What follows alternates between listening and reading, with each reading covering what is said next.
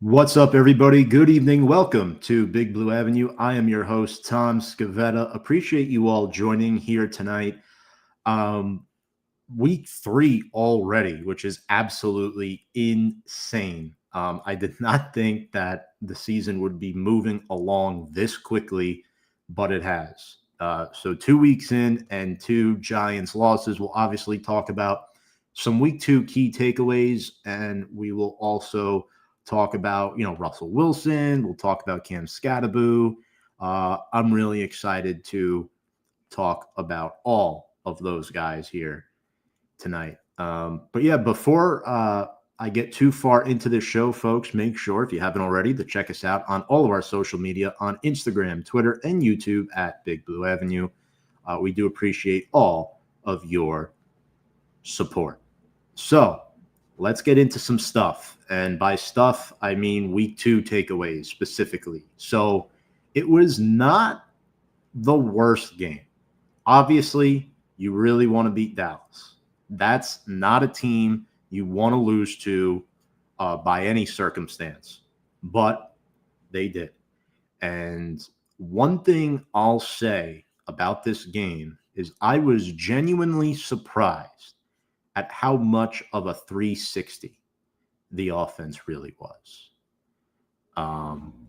The more I really think about it, guys, the Giants should have not been in this game.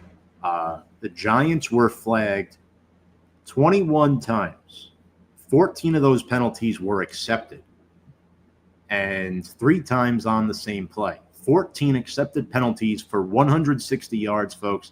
That's the most amount of penalty yards by a Giants team in a single game this century.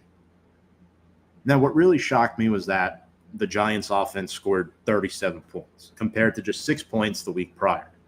And the offensive line looked better after they replaced James Hudson. I thought he was putrid. He was awful. The Giants benched him after the first drive. I can't really say I blame them for that, but they did. And ultimately it worked out. Marcus Bowe came in, and he looked pretty good, I will say. I thought that all in all, he's a guy who could really be a future starter on this team and have quality upside. He allowed just 2 pressures on 36 pass blocking snaps. He had a 5.6% pressure rate allowed, which ranks 5th lowest among left tackles this season thus far. Again, only 36 pass blocking snaps. That's not a lot. It's a small sample size, but Next Gen Stats is pretty on top of their stuff when it comes to offensive line play.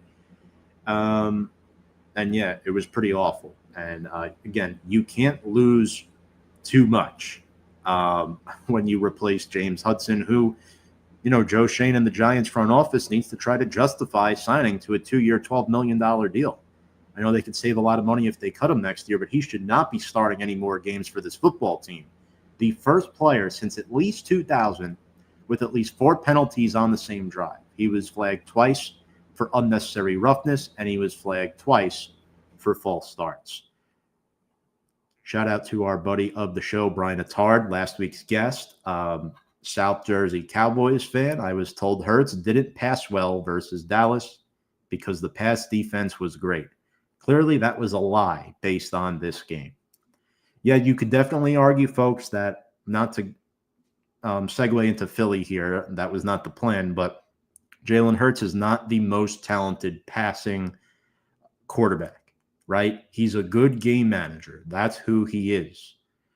When you have top 5 players at pretty much all the positions on that offense, skill player-wise and offensive line-wise, you could certainly look like a quote-unquote passenger, like Brian Attard would love for me to say on the live stream. And if you want to comment like Brian, folks, throughout the course of the night, make sure to do so. I would love to answer any questions or comments you guys may have. We also have a returning guest tonight in Johnny Montalbano, so that should be awesome. Really smart guy when it comes to his New York sports. But let's talk about Cam Skattebo. Is he the new running back 1? We saw him score his first NFL touchdown in this game and he plays with grit. He is a tough kid. If you watch the NFL Films clip, they showed him talking to Russ and his teammates on the sideline, asking him, "Hey, what'd you do with the ball?" He's like, "Oh, I threw it in the crowd to somebody." I'm like, Skattebo, come on. You keep your first touchdown ball. You don't just throw it away like that. But I guess that shows how selfless he really is. And yes, I did say the secret word, Brian. Appreciate you as always. And I guess congrats on your win last week. I know you probably would have preferred to lose, but you did beat us. And shout out to Dallas for coming away with that. Other takeaways from this game: Russell Wilson should be the Giants starting quarterback for majority of this season. I thought he looked awesome. He was 2 passing yards shy of his career high, which was great to see. The Giants finally have a deep passing game. Russ is known for his moon ball, a guy who stands at only somewhere between 5'10 and 5'11. He doesn't even look that tall sometimes. Connecting with Wan'Dale Robinson, Malik Neighbors, who leads the NFL in receiving through these first 2 weeks. And Wan'Dale is 6th, by the way. Remember last year, Wan'Dale had all these catches but no yards to show for it. Now they're finally tapping into Wan'Dale's full potential. He finally broke out in this game in a contract year, by the way, 4th year player. Him and Micah McFadden are definitely the 2 best picks in this 2022 draft class as of right now. And Wan'Dale is due for a contract extension. If he continues to put up numbers like this, you have to, because he's that valuable to the team. Intermediate routes, short routes, whatever you want to call it. He's going to score some more touchdowns this year than we've been used to seeing the last few years, and that's not a knock at Daniel Jones. Shout out DJ for being 2-0. I think he deserves it. Puts a lot of work, but Russ is a better deep passer. You look at his deep stats in this game, he was 7 of 11 for 264 yards, guys, with 3 touchdowns. Does that speak more about Russ and the Giants receiving core, or does that speak less about Dallas's pass defense? Well, like Brian just said, if you watched the Thursday night football game in week 1 to open up the 2025 season, it says more about Russ and the Giants offense than anything else. All right, next up, Shane Bowen, that defense, right? So the Giants go up, I believe it was by 3 points with 25 seconds left in the game. Malik Neighbors is celebrating. The Giants beat reporters are celebrating, basically like they won the football game. Wrong. Brandon Aubrey is a weapon. He is not just a kicker. He is not a kicker you wait to draft in the last couple of rounds in your fantasy football draft. You got to take this guy in the mid rounds because he makes that much of a difference on a football team. Kickers are kicking 60-plus yard field goals like they've never done before. And it's the evolution of the kicking game. It's the evolution of the NFL. And Brandon Aubrey, these soccer kickers that come out of college and don't play college football, are panning out pretty well. And Brandon Aubrey out of Notre Dame is a really good example of that. Shout out Fighting Irish. I was so impressed by that kick. And I read some stats somewhere, guys, that the Giants are on like 20% of the receiving end of game-tying or go-ahead kicks with time expiring in regulation. Awful. Awful stat. That just goes to show you what the last 10 to 12 years have been, guys. And it's brutal. And not to get away from Shane Bowen there, but back to Bowen. This guy's horrible. The Giants, I think the worst part was his hire was pretty much revealed on Hard Knocks as Dable was listing off stats. Top 3 against the run over the past 2 seasons. Really values his front 7. Well, let me tell you something. He is not a good defensive coordinator. For a guy who specialized in run stopping, the Giants have been one of the worst run defenses in the NFL since Bowen became defensive coordinator in 2024. You could argue Wink Martindale, who does not specialize in run stopping, was better at that than Shane Bowen is. And now you could argue it's a personnel problem. You could argue it's a coaching problem, a scheme problem, right? The Bowen hire never made sense because Deonte Banks thrived under Wink Martindale. Press man corner, not in Shane Bowen's defense. Everybody wants to turn out and say, oh, Deonte Banks is a bust.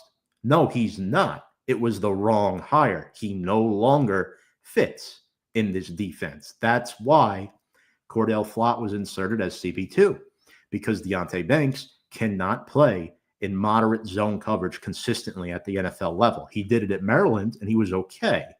But all in all, it is not his forte. It is not his game. Banks would be better off on another team, in all honesty, but they can't afford it. They can't afford it. They lost Corey Black on waivers to the Jets. I think Flott, Phillips, and Adebo are their top three corners right now. And personally, I'm okay with that. I'm okay with that. It just goes to show you, though, that the Joe Schoen, Brian Daboll regime has missed on more draft picks than they've hit, especially their first 2 years. And that's why the Giants have started 0-2 the last 3 seasons. And for the 7th time in 9 years. Not good. Not good at all. All right, folks. Well, diamond in the rough this week, we're going to reveal our New York Giants player of the week. Despite the loss, I think this player is more than worthy of this honor and recognition. Last week, we went with Brian Burns for his 2 sacks in week 1. This week, we're going with none other than quarterback and captain Russell Wilson. Now with Russ, spent the majority of his career in Seattle. He's been a journeyman, though. He's played on 3 different football teams in his last 4 seasons. In this game against Dallas, though, he's looked like he's been a Giant for a long time with the way he played. 30 of 41 for 450 passing yards. He threw 3 touchdowns, 1 costly interception, though, in overtime on a miscommunication, I believe, between him and Malik Neighbors. But he also had 3 rushes for 23 yards. And I mentioned that deep passing stat number before. Russ was 7 of 11 for 264 yards on deep passing. And through 2 weeks, again, small sample size, only 2 games, he leads the NFL in passing at 618 yards. And I'm sure a lot of you have seen it. Second best in that category, none other than Daniel Jeremiah Jones. I believe it's Daniel Stephen Jones, actually. I don't know why I just said that. But Daniel Jones is number 2 in passing in the NFL behind Russell Wilson. I'm thinking of Daniel Jeremiah, the reporter. That's what threw me off there, folks. So apologies about that. But without further ado, let's preview this Week 3 game against the Kansas City Chiefs. And before we bring up Johnny, just one more thing I want to mention. Some Week 3 transactions for the Giants. We know the linebacker position is thin, so they promote Swayze Bozeman to the 53-man roster. He played 5 defensive snaps on Sunday and 24 special team snaps. Backup linebacker Chris Board, he heads to injured reserve with a chest injury. And Demetrius Flanagan-Foles missed Sunday with a calf injury. He was limited in practice. And unfortunately, Micah McFadden's backup, Darius Muasau, suffered a concussion. So now 4 linebackers are hurt, and the only one healthy from the initial 53-man roster is Bobby Okereke. Guys are dropping like flies. So what do the Giants do? They sign veteran linebacker Neville Hewitt and second-year backer Curtis Jacobs to the practice squad, along with UDFA receiver Dalen Cambry, who they cut on cutdown. He's back healthy. But let's focus on the linebackers here. Hewitt played 146 games with 48 starts across his 10-year career, spent 3 years with the Dolphins, 3 with the Jets, and 4 with the Texans. Last year with Houston, he played in all 17 games, made 4 starts, had a couple of forced fumbles, a pick, just under 60 tackles, and he had 134 stops with the Jets back in 20. To make room, the Giants cut tight end Kadir Ishmael and safety Patrick McMorris. Also, first guy out in training camp is gone. D. Williams, released from the practice squad. They replace him with another corner in Lamarian Jones. So that pretty much brings us to Week 3 against the Kansas City Chiefs. Giants make their home debut on Sunday Night Football. They're 5.5 dogs. Both teams are 0-2. And the Giants have led this all-time series 11-4. They have held the edge in this rivalry, and the Chiefs have never beaten the Giants on the road. That's an insane stat. Kansas City 0-7 all-time on the road against the Giants. They last met in 2021. And Kansas City 0-2 for the first time since 2014. They lost to the Chargers week 1 in Brazil, and they lost to the Eagles last week 20-17. First time Patrick Mahomes has lost 3 starts in a row. Insane. Let's break this down, folks. Let's get into our week 3 preview with none other than the founder of Review and Preview, Johnny Montalbano. How are you? Hello, Tom. Johnny. How are you, stranger? Here. How are you doing? I'm doing well. I think I'm just over the pain of this past weekend in terms of the football. So it's good to come on with you, and a belated happy anniversary to the network, by the way.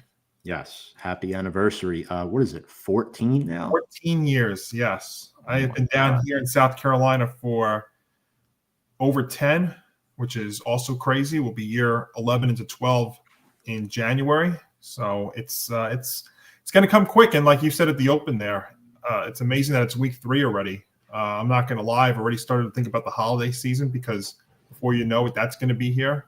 The season's going to fly by. It goes by quicker and quicker every year. But as tough as this past weekend was, and as tough as the starts of a season it's been, it's always great to come on though and talk to you about it. It's my therapy. No, absolutely. And I think it's important to put into perspective, this Giants team already looks better than the team from last year. Yes, they're 0-2. Week 1 was brutal, but the Giants caught their footing last week against Dallas. With that being said, Johnny, what was your biggest takeaway from week 2? The offense. Because we saw week 1 how bad it was. And actually, when I say the offense, Tom, I think specifically it was the adjustments, because the first quarter last Sunday, it was more of the same. They actually put a great drive together to start, but you had mentioned in the open too, the penalties, 5 penalties on the opening drive, including that for negative yardage, including, I don't know if I'm allowed to say his name because of how bad he was, but James Hudson. I mean, back to back to back. I don't think I've ever seen that before. I mean, maybe I've seen the same penalty committed 3 times, but not by the same player. That was just wild. But they actually put together some good offensive drives to start the game, but they only got field goals out of it. And it was frustrating. I mean, you like the progress that they made, but to only settle for field goals at the start there was something I thought you can't do, especially against the Cowboys, who always seem to have our number. But as the game wore on, Russell Wilson seemed like he was finally starting to fit in, got Malik Neighbors more involved, got Cam Skattebo involved. And I love Skattebo. I know you brought him up too. I couldn't believe that we actually drafted him, that he was out there. When I found out when the draft happened that the Giants got him, my jaw dropped. I'm like, seriously? He was still out that late and they got him? I like him a lot. I think he has the potential to be a steal as late as they got him. So the offense definitely made some improvements, which I like. Now the defense still a work in progress, and that is a bit of a concern, because when I think of this team, I think of their pass rush, which was a strength of theirs at the start of the year last year before the injuries started to settle in. And you need that because the secondary, the linebacker position is very thin right now. The Micah McFadden injury, it's a big hit, because now you've got Carter, but you really don't have a lot of well-known guys and experienced guys there, or guys that you can really rely on in that linebacker position. So I think what you look at so far is, I almost think you have to throw wins and losses out this year, because the schedule is just torturous. I mean, there is no real stretch where it looks very favorable. I think you just have to go by progress and what you see out of these games. And what I saw at week 2 was a lot more encouraging than week 1, which wasn't the worst thing in the world. I mean, people are talking about week 1 like the Giants lost 55-0. It wasn't that bad. There were some good things, but there was a lot of things that need to be worked on. And this is going to be a work in progress for them this year. But it's very tough to see that, because the schedule is just, I mean, there's no breaks in the schedule at all. I mean, you want to say, oh, but now we get to play the Chiefs who are 0-2. I think this is like the worst possible time to be playing the Chiefs, because when we talk about it, I don't think there's far reach to say this is a must-win game for the Chiefs. This is almost like their season in week 3, because if you look at who they have after week 3, they have a tough stretch too. They certainly do. And I think when you look at this game this week, I mean, it's going to lean heavily on the shoulders of Russell Wilson, Johnny. I think he's going to have to have an insane game similar to what he did against Dallas in order to knock off this Kansas City team. How do you evaluate him 2 weeks in? Like, what's your confidence in him as the Giants starter going into week 3? So if I want to put on a scale of 1 to 10, I actually have it north of like 6 or 7. I am pretty confident in him. What I'm not confident in is the protection for him. And that is why I'm hoping that Andrew Thomas, and it's encouraging that Andrew Thomas can make his season debut. I don't think people realize how huge of an impact that can be for this team on Sunday if he's out there in the home opener. But my faith in Russell Wilson is kind of high, and I think it has to be high because I don't think they should be making a switch, desperation switch right away to Jackson Dart, because if he goes out there on Sunday and he throws for 160, a touchdown and 3 interceptions, most of the talk on Monday morning is going to be, well, now Jackson Dart's name is going to come back into the fold. And I'll tell you right now, I think that is a mistake. I think the mistake really out of all this, honestly, and I know he had a great preseason, but the mistake to me was making Jackson Dart QB2 because of that situation, that if Russell Wilson struggles like he did in week 1, if he does struggle Sunday night, then all the talk in the world is going to be, well, put Dart in there. I'll tell you right now, Jackson Dart goes in there, things are not going to be much different because this offensive line is still a work in progress. It's still not great. It's got some positives, but you see how it is with Russell scrambling like crazy out there on Sunday. So I think that my confidence in him is high, but I almost have to take it because of the offensive line. You almost have to take that with a grain of salt. Right. And we'll go out of order here with the questions. Speaking of the offensive line, I thought they looked significantly better when Marcus Bowe was in the game at left tackle. You mentioned Andrew Thomas and his availability for Sunday. He's currently listed as questionable with one more practice day to go. How do you evaluate Bowe's performance on Sunday? This was a guy they drafted in the 5th round, and I don't know if you remember, Johnny, on draft day, it felt like they had a choice in the 4th round between Skattebo and Bowe. It didn't seem like they were going to get both of them. And then they wound it up with both of them, which I loved. And this seems like the first hit for – I don't want to get too far ahead of myself, if you know what I mean. But sure. Bowe looked competent out there. He did not look lost at all. Agree, yeah. And that was one of the encouraging things from Sunday. That's why I felt like as painful as the game was Sunday, there was a lot of great things to take out of it. And look, it's a great thing to have. It's something you need because you're going to be going up against teams that do have some very strong defenses, some very strong pass rushers. So you definitely need that going forward here. I mean, of course, when you think of the Chiefs, one of the first guys you think about is Chris Jones. So, I mean, it definitely does help. And line play, I think, is going to be very, very important when we talk about this game Sunday night. Yeah, and if the line holds up, like you mentioned, it allows Russ time to exploit his moon ball down the field. And we saw that on Sunday against Dallas, whether it was Malik Neighbors or even Wan'Dale Robinson, who, Johnny, I don't know about you, we've always known he has potential and that he's a good player. Could we ever think he was a deep threat like this? Have the Giants finally unlocked the keys to Wan'Dale Robinson? And what do you attribute that to? I'd say health, because in his rookie year, it looked like he was showing that potential, and then he suffers the torn ACL against, I believe it was the Lions at home in his rookie year. So he was definitely showing some signs, and I think now that he's got a year plus post the ACL, I think that helps. I think that this group of receivers, It allows him because everybody's going to, when you think of the team, the first guy you're thinking about is Neighbors. And so that does leave Wan'Dale out there as a possibility too. And he kind of underrated because some teams don't think about him as well. And now I know I believe he was actually kind of questionable going into the game last Sunday because they did sign, because they were using him in the kick return, and they signed the Jet player Gibson because they thought that Wan'Dale was kind of questionable for a kick return, if I'm correct, right?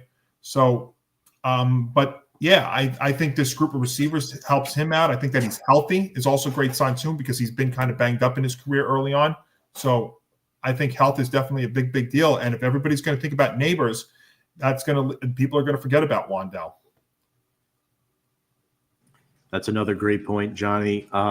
Flipping to the defensive side of the ball, we talked about some young playmakers like Wan'Dale and Bo and Neighbors.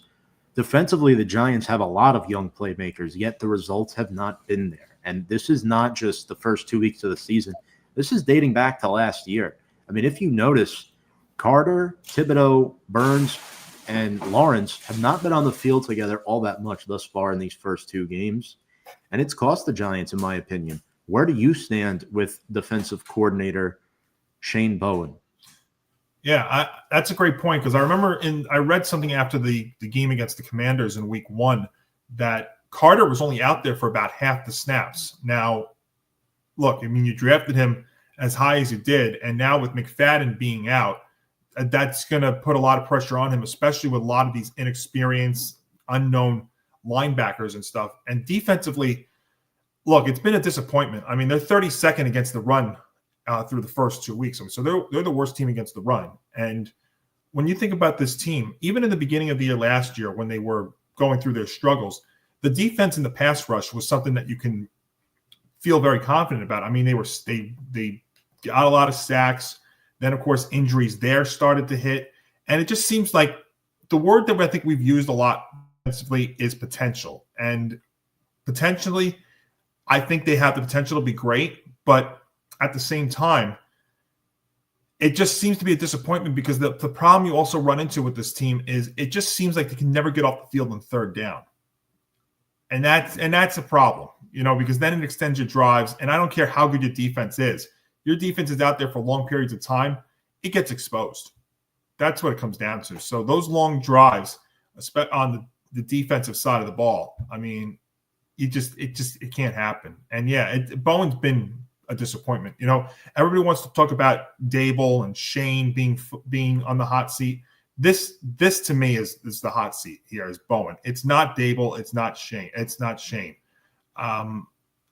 going to be tough this year, because you're going to look at a lot of people are going to look at the record.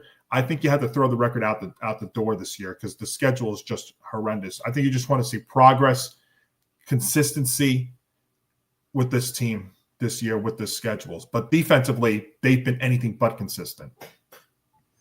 And another head scratcher too, he was brought in to be a run stopping specialist. The Giants sort of got away from that in their years with Wink, and they drafted Darius Alexander in the 3rd round out of Toledo, and he hasn't played yet. He's been a healthy scratch each of the first 2 weeks. You want to talk about making an impact, you should put your rookies out there. What do you have to lose? Joe Shane, I know what he's trying to do. You're trying to get the veterans in there, but we know who DJ Davidson is. We know who he is. He's not a guy who's going to be a difference maker, in my personal opinion. I'd rather see Darius Alexander out there, active on game days, and trying to make plays, because defensively, it's pretty bad right now, Johnny. We're already talking about being 3 or 4 linebackers down. You mentioned the absence of Micah McFadden before. Well, as of right now, Swayze Bozeman, who was signed to the practice squad just a couple of weeks ago, is currently slated to start next to Bobby Okereke on Sunday Night Football. How badly do they miss McFadden? I mean, this is getting pretty bad here. It feels like the 05 Giants. Remember the year they couldn't get any middle linebackers? They had like Grayson out there, Kevin Lewis, Chase Blackburn. They couldn't get consistency, and here we are again 20 years later. Yeah, you're exactly right, Tom. It was a blow. I said it in real time when I saw that injury happen when I was out that 2 Sundays ago watching that game in real time. And McFadden, the Giants I think are working towards extending him, and it's just a major blow, because he wanted to put it all out there before his contract was up, and it's a blow because honestly, the lack of experience, the lack of unknowns at the linebacker position. I mean, it's hard to feel confident with them going into this matchup Sunday and going forward because there's a lot of uncertainty and a lot of stuff that we don't know, uncertainty and inexperience with this position. So it would have been nice to have somebody like him out there. And, he's been out there for a few years. He knows what he's doing. Yeah, he's a good blitzing linebacker too. But unlike Deonte Banks, I think he's been able to make the transition to Shane Bowen's scheme. He is a versatile player who can be slotted in multiple packages. And unfortunately, it seems like the secondary has taken a blow with Deonte Banks not fitting well in this scheme, which ultimately I think led to draft picks like Drew Phillips, free agent signings like Javon Holland. All in all, it feels like he's fallen out of favor. Do you agree with this, or do you think the jury is still out on that? It's tough because with this staff, I feel like he is falling out. I mean, I've seen Phillips out there. You see his name actually a lot, much more so than Banks. But I wonder if you remember they traded 3 picks to trade up and get him in the draft. So that's what's a little alarming about all of this is, you traded up to get him and it just, for whatever reason, system, fit, work ethic, whatever it is, it just doesn't seem to be there. So with this crew, it does look like he is falling out. And Phillips has actually played very, very well, which also, helps his cause and doesn't help Banks' cause. Absolutely. And with all things considered, Johnny, we're going to get into our keys of the game, and I'm sure some of these topics might come up again. I'll start with you here. What do you think, right? And again, I don't think this is far-fetched of a game as people are making it out to be. I don't know if the Giants win it. I'm going to be transparent. Kansas City's been in the Super Bowl each of the last 3 seasons. What do the Giants have to do to hang around and have a chance in this game? Seems like the start is always a very critical thing, and so far this year they haven't gotten off to quick starts in the first quarters or even the first halves of each of these first 2 games. So I'd be curious to see the start. You're going up against a Chiefs team that they may not tell you this, but let's be honest, this is a team that's absolutely desperate. I mean, you want to talk about which team needs this more. I mean, I know they're both 0-2. But I mean, the Chiefs need this game more. So that they're going to be the more desperate team. They can't afford to go to 0-3 with the fact that they still got to play they got to play the Ravens and the Lions amongst their opponents, and then of course that AFC West, which all 4 of those teams can compete. So they're going to be desperate. But I think the start of this game is big. If you can put together long sustaining drives like you have shown in the first 2 games. I mean, you had moments where you have put together some very long, sustaining drives. You just have not been able to punch in the end zone. You've been having to settle for 3 points. I mean, that's what killed me in the first game against the Commanders was, even when you get a fresh set of downs on a penalty, you still couldn't pound the ball in the end zone. Same thing in the first half against the Cowboys. You have that 8-minute drive and you settle for 3 points. I'd love to see them get off to a great start on the offensive side. And I think that really, it really starts with both lines of scrimmage. I mean, that's you're going to see this on the offensive and the defensive side of the ball. Defensively, you're going to see that. I think a player to really watch on the defensive side is going to be Dexter Lawrence. So sometimes it boils down to a very simple thing, Tom, and it comes down to the lines of scrimmage, the trenches. And we've seen that a lot. But I think the start of this game is going to be something to watch on Sunday night. Yeah, that Dexter Lawrence Creed Humphrey matchup will be must-see TV. That's for sure. Quick shout out here to Kevin. Let's go Giants. We played very well against Dallas. I believe if we keep playing that way, we will be unstoppable. I don't know about unstoppable, but how about let me change one word there. How about encouraged? Yes, I think encouraged. Unstoppable is tough because, again, like I've been saying, the schedule. I mean, look at the start. There's no breaks, and that's why the talk about going to a Jackson Dart as early as we were, which was the biggest overreaction out of the Week 1 game. I just don't think there's a good fit for the kid to put him in. I mean, you want to talk about bye week on, but remember the bye week for them is Week 14. So I would think it's very late. Yeah. I mean, if you want to talk about Dart, I'd say maybe you look at Week 11, second half of the year. Maybe that'd be the earliest I'm talking about, unless of course Wilson gets hurt. But yeah, line. I'd say the line play, in the trenches, and I started this game are my two biggest ones to start. Yeah, I mean, I think protecting Russ is key, right? You look at the pass blocking stats last week, and we're going to go over the 6 linemen that played quickly here. James Hudson, 1 sack, 4 penalties, benched. That was all on 1 drive, folks, as we mentioned earlier. John Runyon, 0 pressures. John Michael Schmitz, 2 pressures. Greg Van Roten, 3 pressures. Jermaine Illuminor, only 1 pressure allowed. Marcus Bowe, 1 QB hit and 2 pressures. So all in all, they're playing well, right? Runyon, good player. Maybe overpaid from a little bit, but that's what you got to do when you miss draft picks on offensive line. Absolutely, yes. John Michael Schmitz, good potential, but underachieving player. We have to see improvements from him this year. Greg Van Roten, good player, but he's on his last leg. He's on his way out. Illuminor, you have to extend that man. I mean, I don't care what they do with the offensive line. You could draft a guy in the first round next year, but you still got to re-sign Jermaine Illuminor. I mean, he is a mainstay, especially with the constant injuries to Andrew Thomas. It is out of control.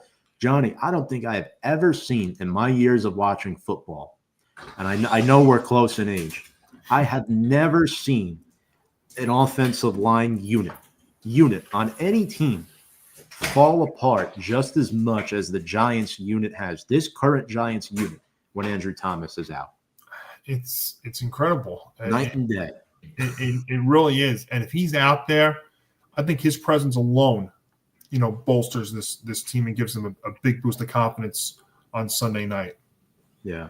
I also wanted to ask you, the Skattebo Tracy thing, right? How do you see that panning out? Do you think that they're going to start splitting carries like a 50-50 timeshare consistently? Because last week we saw Skattebo outpace Tracy in that regard. And to be honest with you, I think he's a better running back. I think Tracy's, he's a converted receiver. He's more of a pass-catching back.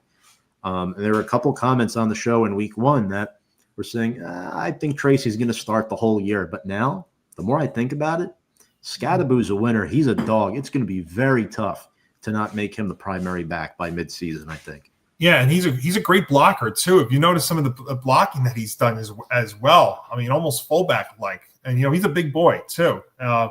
Again, like I said, I loved when they got him. I couldn't believe that they got him when they did.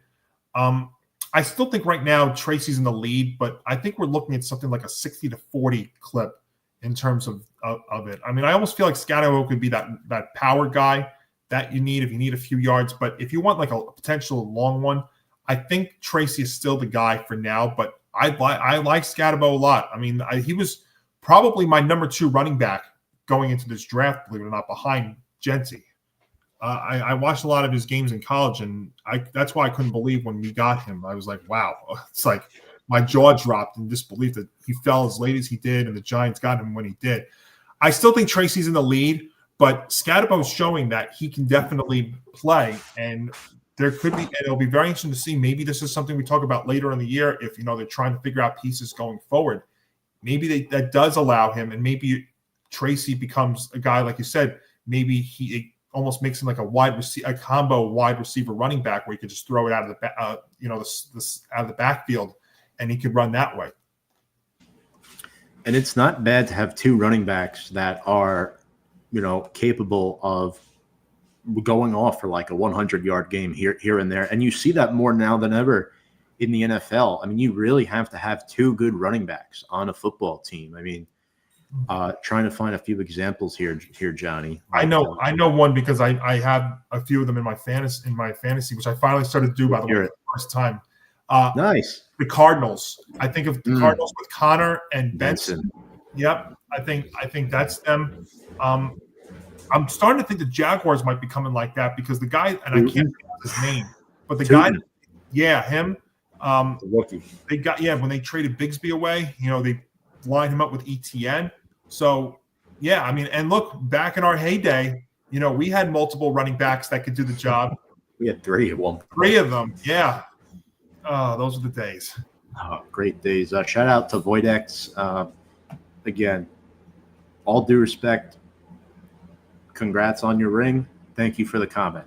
Yes, congratulations. I'll leave it at that. But thank you for the comment. We do appreciate it. I think pressuring Mahomes is going to be key, right? I think of course. The Eagles really unlocked and the 2020 Bucks on how to beat Mahomes, right? You pressure him, you get in his face. And let's be real, Johnny, Kansas City did nothing this offseason to improve their offensive line. They drafted Josh Simmons in the first round at left tackle, but this is a guy who fell. A lot of people weren't sure if he'd go in the first round. And you basically have to start over at that position.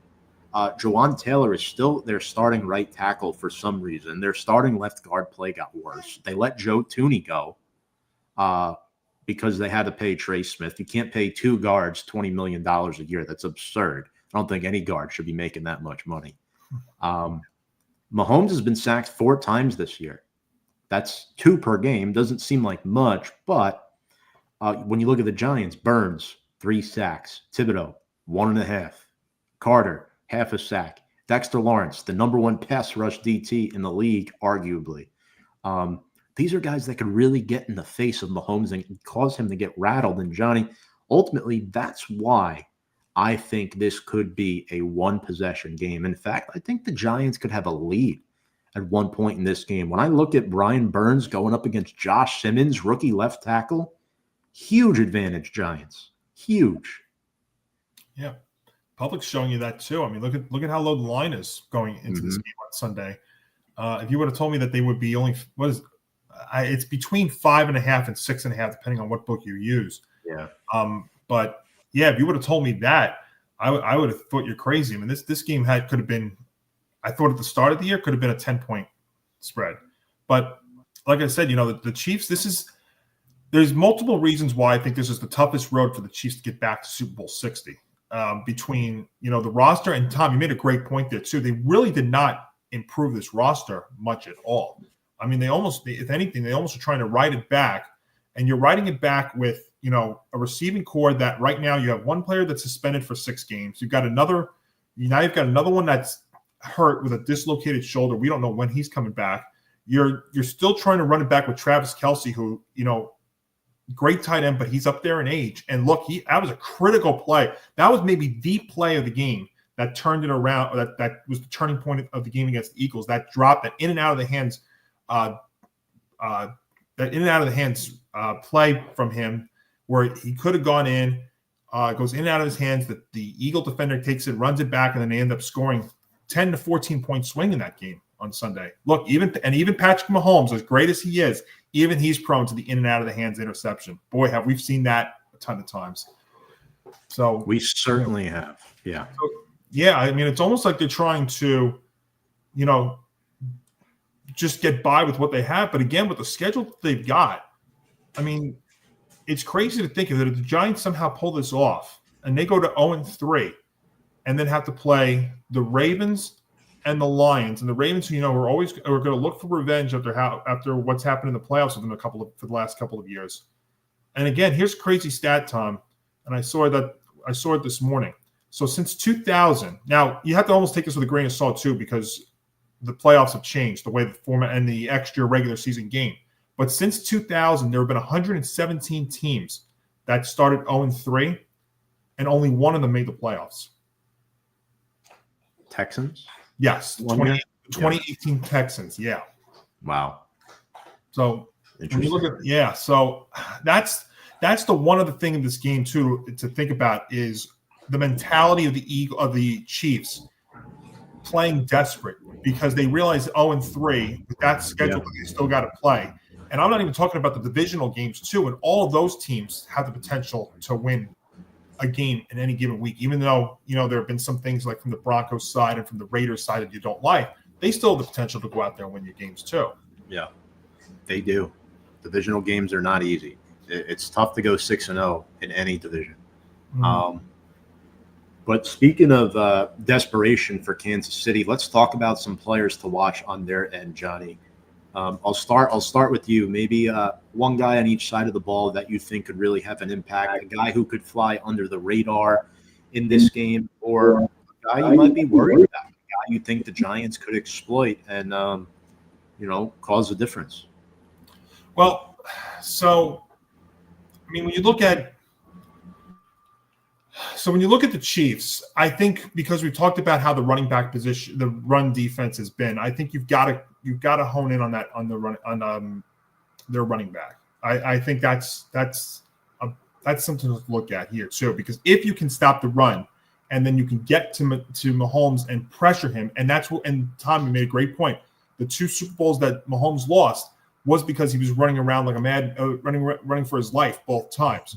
So if Pacheco can go out there, I mean, if you can, I wouldn't even say stop Pacheco. I would say almost compare this like what happened in the playoffs last year between the Bills and the Ravens. Not stop him, but contain him.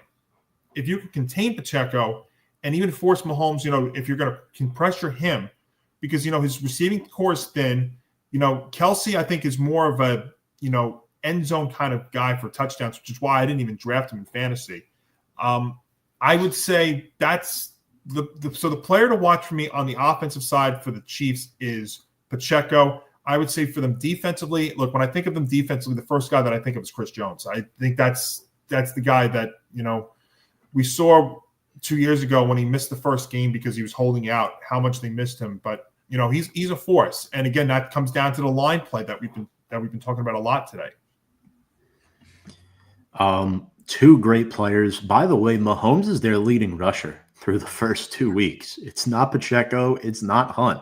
It's Mahomes. So that's pretty interesting. And that doesn't count all the yards that he runs around trying to avoid everybody before he takes off. Yeah, that's one thing about him I don't like. Mahomes tends to run backwards sometimes and in circles. Like guys like Brady and that, they never did that. That's the one thing of Mahomes' game that I think keeps him back from somebody like a Tom Brady. You know what I'm saying? Like it's just I don't quite understand why he does it.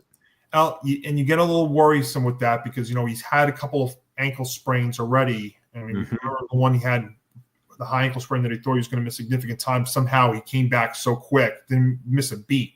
But you worry about that. And look at all the quarterbacks seem to be going out with ankle sprains or whatnot because of poor line play. I mean, we just saw it with the Bengals and Joe Burrow with the turf toe. But, yeah, so that's something to keep an eye on. I'm trying to think through 2 weeks, right? Mm-hmm. Burrow, Daniels, McCarthy, all hurt. Fields. Justin Fields now with the concussion. There's a 5th, too. Purdy's out. Brock Purdy, but it looks like there's a possibility that he may be coming back on Sunday against the Cardinals. Okay. The Cardinals are really banged up defensively, too. And I'm high on the Cardinals this year. And those defensive injuries are going to be a big concern for them Sunday. I just think if there's one critique I have of Mahomes' game, and again, look, he's a superstar. He's the best in the league, yes. But, and I'm sure he knows this too, but it's hard when you're in the moment. You have to do a better job of sometimes just taking the sack because when you don't, you start to do things, your mind starts to spiral, you're trying to avoid pressure. That's when turnovers happen. That's when injuries happen. That's when bad things happen. And that's why, guys like Eli Manning were so durable over the years. I mean, I'm not to go off on a tangent about why Eli should be in the Hall of Fame. We talked about 5 quarterbacks being out through 2 weeks. Eli never missed a start due to injury in 16 years. In 16 years. I get it. It was a different league back then, but the last 6 to 7 years, Jerry Reese set him up to fail. 100%. It wasn't just him. It was multiple guys involved, John Mara, Kevin Abrams, whoever you want to throw in there. I'll throw them all under the bus. I'm just saying that all in all, Eli deserves to be in the Hall. Mahomes does too, but that's just one thing in his game that I think he should look at and try to adjust just a little bit, especially with this Giants pass rush. My gosh, it's going to be very, very interesting. But player to watch for Kansas City, I think, on offense, Hollywood Brown to me, is the guy. I'm interested to see if Mahomes has that Hollywood vision this week, going up against Paulson Adebo, who, quite frankly, Adebo's a good corner. He makes a lot of tackles, and I know you guys are thinking, oh, when DBs make a lot of tackles, that's not good. That means your defense is giving up big plays. Wrong. Adebo did this with the Saints. He was one of their leading tacklers with New Orleans last year. He was going off before he had that season-ending injury. And let me tell you something. It's starting to look like Kansas City may want to give Tyreek Hill a call. I don't know if he'll answer it, Johnny, but it's like if Hollywood Brown's your number one target, and all due respect to Hollywood Brown, I think he's a good football player.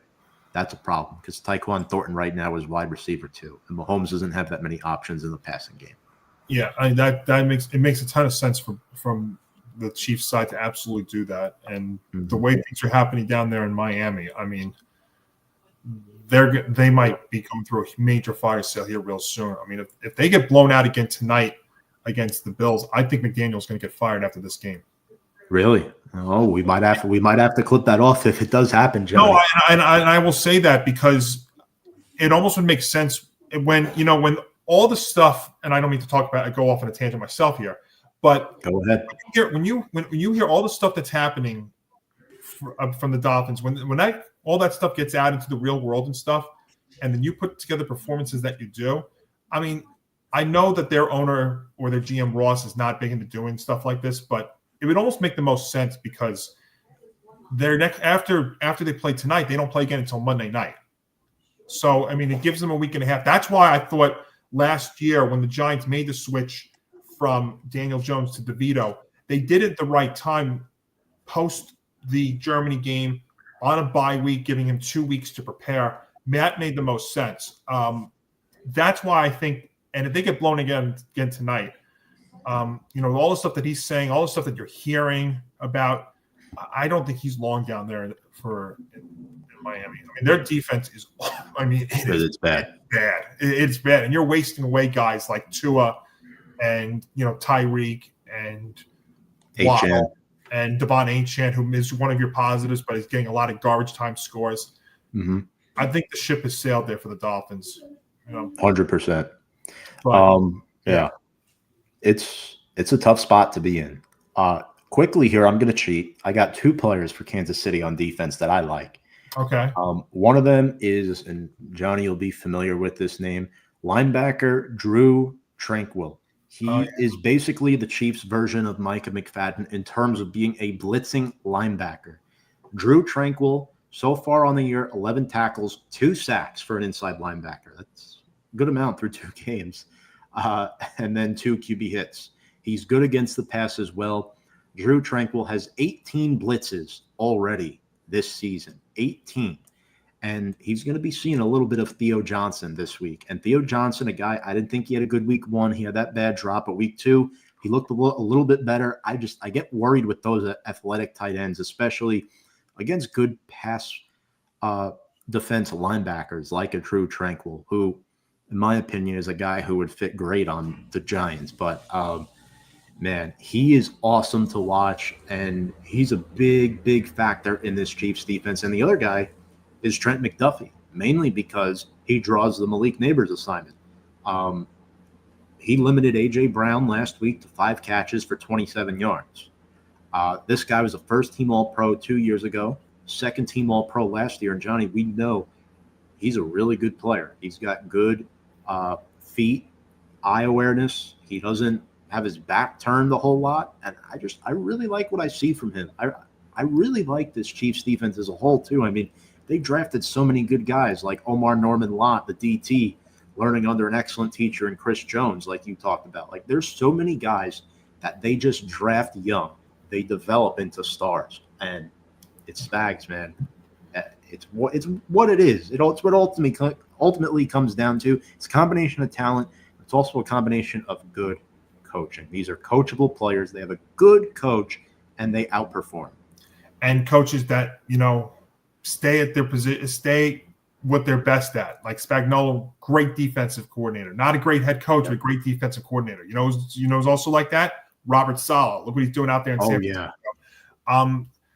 That was actually going to be my backup ones there for sure. I mean, and it's amazing because again, they usually don't draft high early because they're always in it every year. And their defense has not been the problem the first 2 weeks. It's been their lack of offense, which again goes if if you don't get much on offense, then the defense is out there. And again, I don't care how great your defense is, that gets exposed. But the defense has not been the problem for the Chiefs so far through the first 2 games. It has not. Quickly here for the Giants, Johnny. Yep. A couple of guys to key in on Sunday Night Football, and similar rules to what we talked about with the Chiefs. Oh, so one guy on each side of the ball. Yeah, because I kind of mentioned him earlier. I'm looking at Skattebo again, and I'm looking at him not because of how much he's going to get used, but I'm looking for him because you've seen him being a blocker as well, and I think that's another guy that you can hone in on if you're looking at a guy like Chris Jones on the defensive side. And maybe we'll see him more because if you saw Tracy was getting some returns, some punt returns and some kick returns, which is another reason why maybe they're going to use Skattebo a little bit more. So I'm looking at him to maybe be as a blocker against Jones, and I'm also looking to see how much he's going to get in terms of the running side. Now, defensively, I'm going to give you 2. I'm going to look at Carter because he's had a pretty modest start, like you said, through the first 2 games, and I'm interested to see how he lines up against Josh Simmons. Similar. They're similar. They know each other from playing in college, Penn State against Ohio State. So they definitely know each other. So that's a cool thing to watch there too. And I'm interested to see Dexter Lawrence too and see if he can really take off as well against this offensive line that's very, very suspect for the Chiefs. I love that. Yeah, you took my defensive guy in Abdul Carter, and my reasoning is I think due to the inept depth at the linebacker position, I think Carter will be used a little bit in this inside linebacker role on Sunday next to Bobby Okereke, right? You want to talk about where do you line him up? Do you line him up on the inside of the line, off the edge? He could do it all. And to be honest with you, Johnny, Mahomes is their leading rusher right now. You have to eliminate his legs. And why not just have Abdul Carter spy him and try to contain his legs? Because that could also be a problem in a game where, maybe the deep pass isn't clicking for Kansas City. Maybe the Giants are doing a good job of getting pressure, getting in his face. The last thing you want to do is allow Mahomes to take off for 60, 70 rushing yards, and that's how they win the game, like a 23-20 type of game. You want to avoid that. And I think having Carter as a spy could be very, very positive for the Giants defense this week. Offensively here, I really want to see who starts at left tackle. Will Andrew Thomas come back? Will it be Marcus Bowe? Because one guy we didn't talk about for Kansas City that will likely be matched up against the left tackle is defensive end George Karlaftis. He, outside of Chris Jones, he's their number 1 pass rusher who can get to the quarterback. He has a sack on the year so far, and he's been a guy who's developed nicely. I think he's really, really tough. He's a good run supporter off the line, and I think the Giants got to find a way to contain him as well.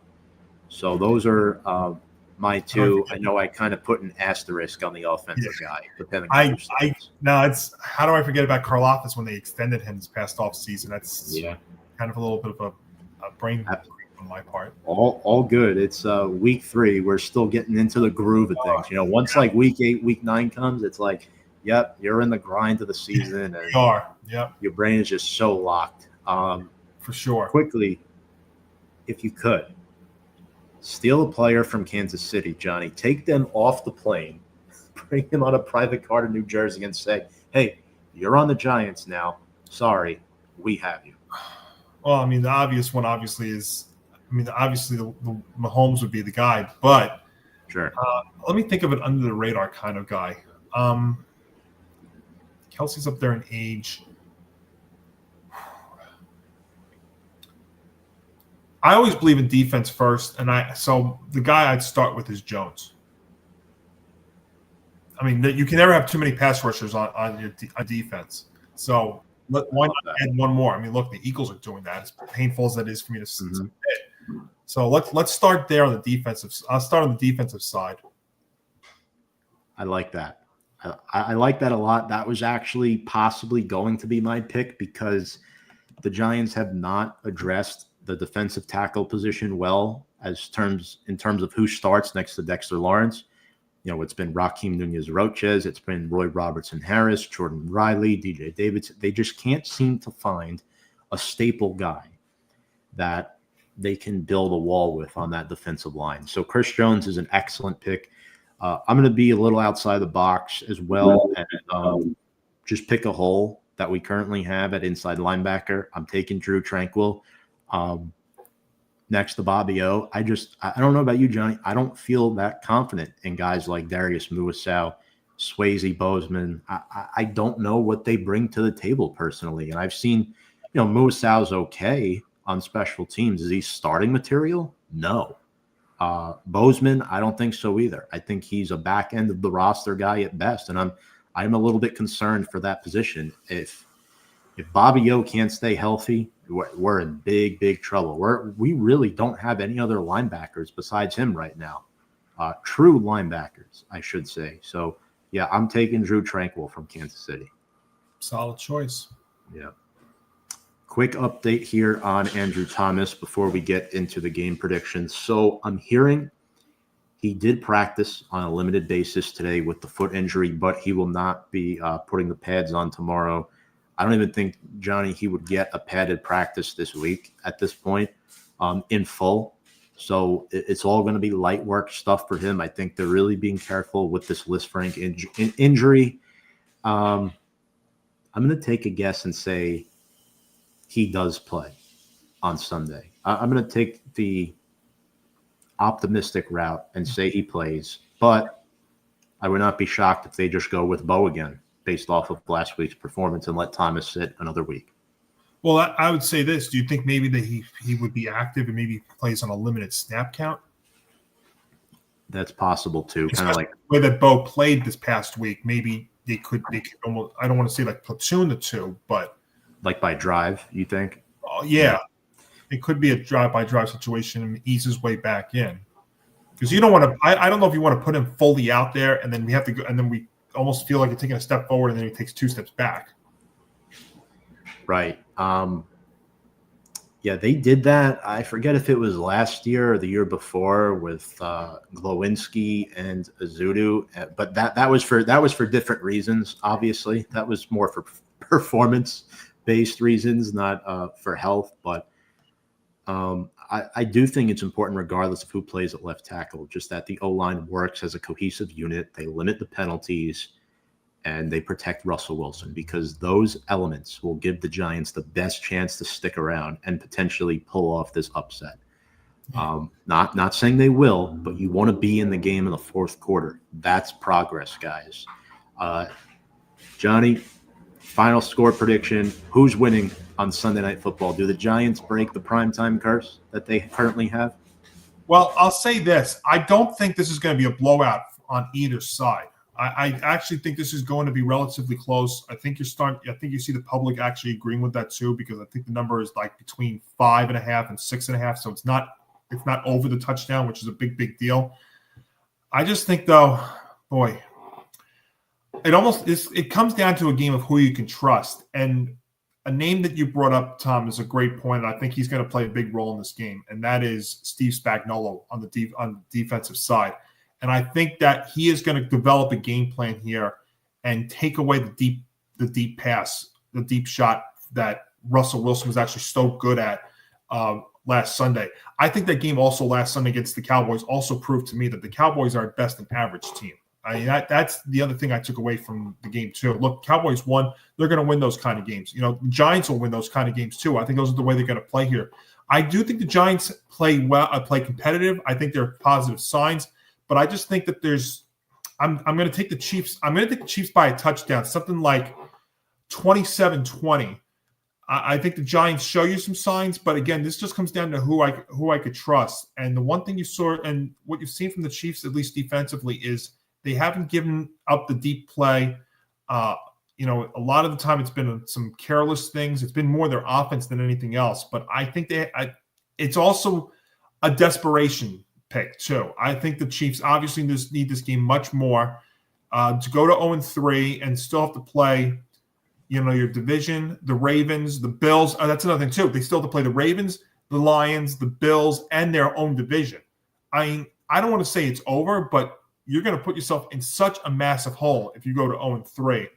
And I just think they have just enough, and I trust them a little bit more, and I think they're the ones that act a little bit more desperate here. Not to say that the Giants get completely shut out in this game. I think they will be in it, but I think at the end of the day, I think the Chiefs just have enough. So I would take them to win, and I would lay the points with them if you are going to go down that road.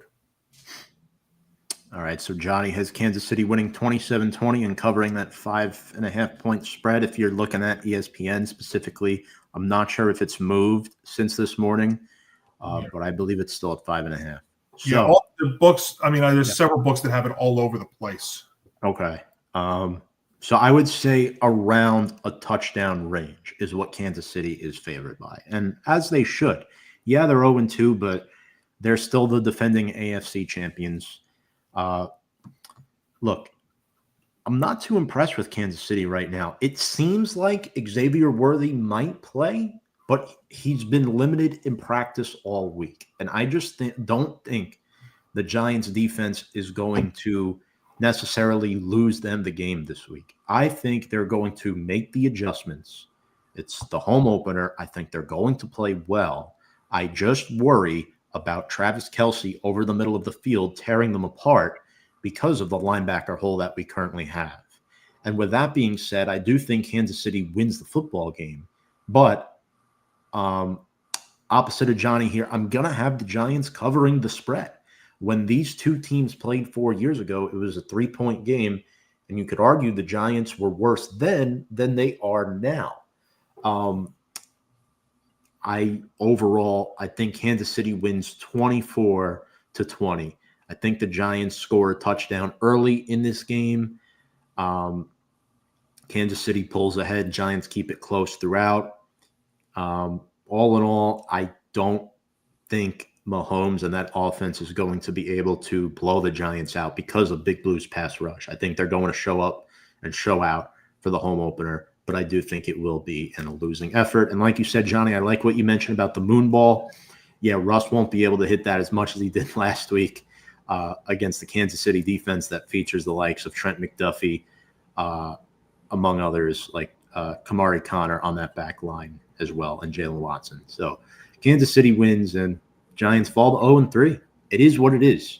You can't look at it that way, though, right? Because the record, Johnny, is we close the show here.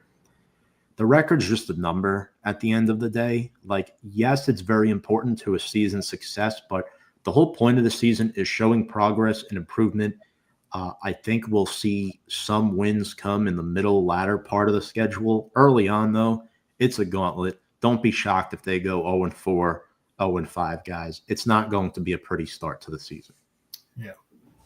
But if you see signs, if they show you signs on Sunday, I think that's really all you can ask for. It would be a major disappointment if they if they are flat, like say they only score 10 points. I think if it's something like 27-10, which part of me was almost thinking about 2, because I think the Chiefs also are going to be playing angry, but I think the Giants will show you. I think the Giants have shown you some signs here. But if they go 27-10, and I say Russell Wilson, has a dud of a game, you feel like you took a step forward, and then we come back next week, and they're going to be taking 2 steps back, and you're going to have major question marks going in facing the Chargers on next Sunday, which will be interesting because that is a 1:00 game at MetLife. West Coast team coming east. Yeah, the biggest thing is Russ and the offense looking well enough so that the dart stuff can stay quiet for now. We're not going to keep it quiet forever, but keep it quiet as long as possible. That's all I hope. And I want to see Jackson Dart. I do. I'm sure you do too, Johnny, just not yet. Agreed. Just not yet. I'm not rushing him out there. I think there's more risk than reward rushing him out. Yeah. There's more negatives than positives put it in this early. That's what happened with Daniel Jones.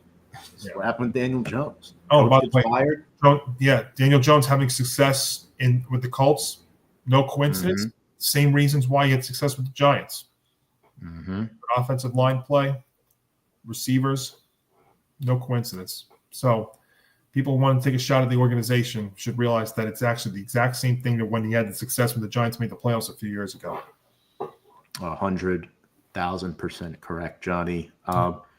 Johnny, I want to thank you for joining me here tonight. Before we let you go, why don't you tell the folks where people can find you and all of your picks that you love to post throughout the course of the week if they're looking for advice on picking these weekly NFL games?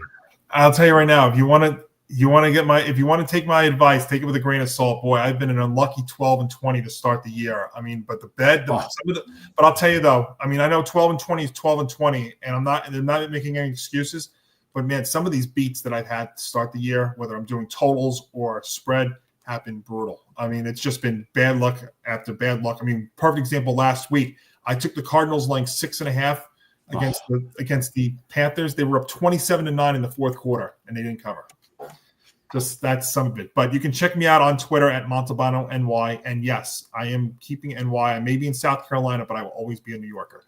So you can check me out there. I am also doing picks and stuff on the show called The Football Forecast. We can check out on the ETB Network on their YouTube channel. So you can check them out there, just like I do picks with Tom here.